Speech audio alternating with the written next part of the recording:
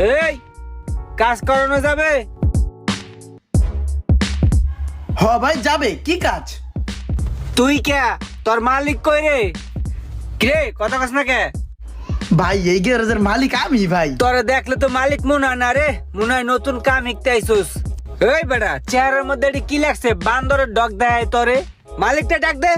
আরে ভাই বিশ্বাস করেন না কি লিগা, আমি মালিক। কি কাম হেডা কোন দেখেন না কেমনে কাম করে দেই।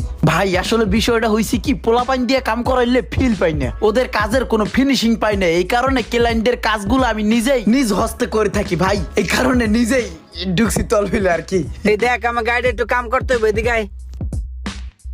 কি হইছে? ওটা খোল। ভাই সমস্যা কি ভাই?